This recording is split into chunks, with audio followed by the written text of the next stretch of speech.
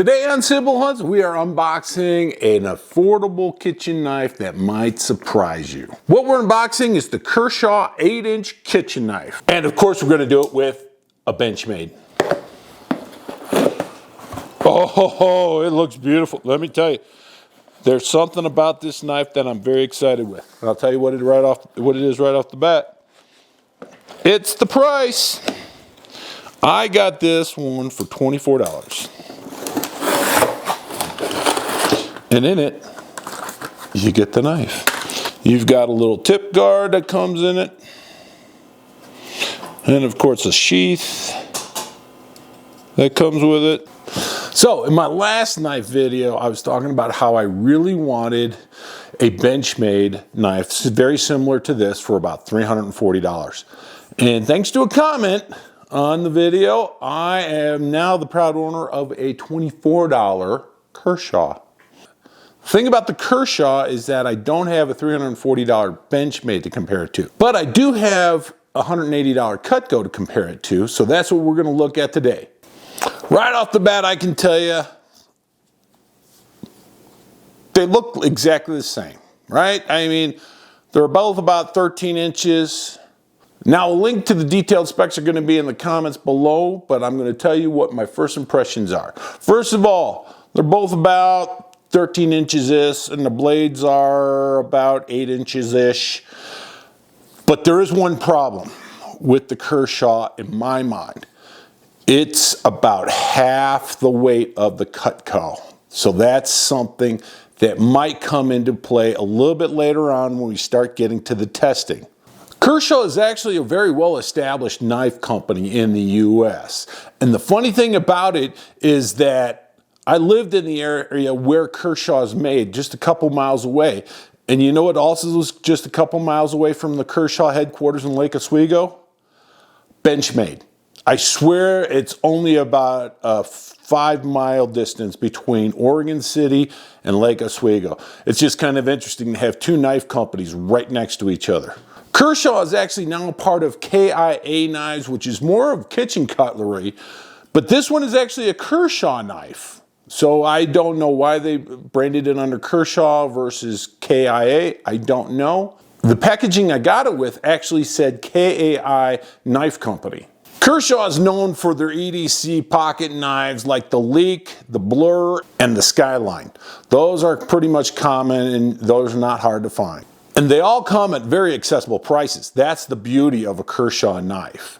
The question is, and this is what you need to see for yourself, and from what I tell you today, is the quality of a Kershaw going to be worth the price point? Because right now, this knife, $24. The Benchmade, $340. I could get, what, 12 of these for the price of a Benchmade? They're almost disposable. You could be like Oprah, and you get a knife, and you get a knife, and you... All right, so for now, let's try to put some dents in this and see what happens. And of course, when we test it, we're going to test it on cucumbers, baby carrots, tomatoes, which are always a challenge. And finally, this is the secret test that we'll find out about later. Cucumber! I'm going to have a little nice salad after this. Oh, God. Ooh, that is actually... Now, the knife is brand new, and it's actually a lot better than I imagined. Let's move over the Cutco.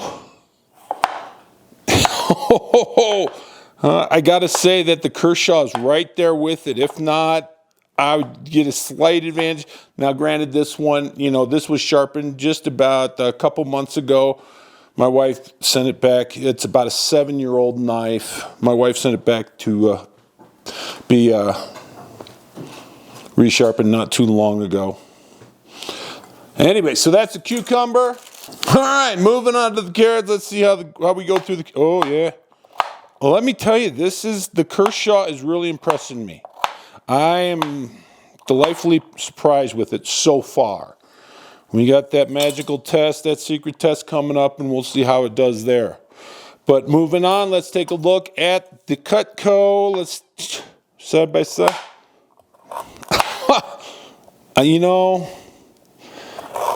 I don't know what it is, but the Kershaw right now at this moment is actually better than the Cutco.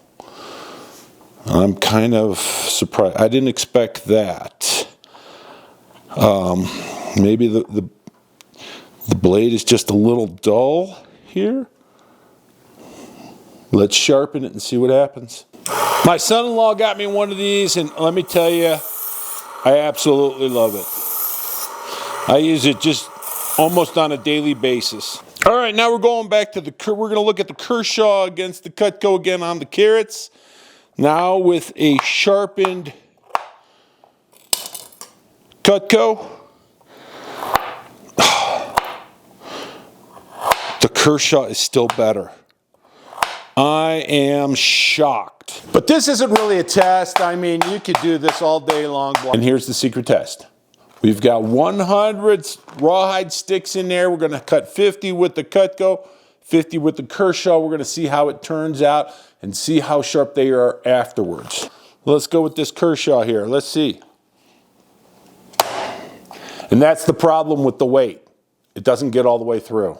That's where the Kershaw fails. All right, now let's take a look at the Cutco. Did you honestly think that I was going to use my little wife's $180 Cutco on cutting a rawhide? I'm sorry.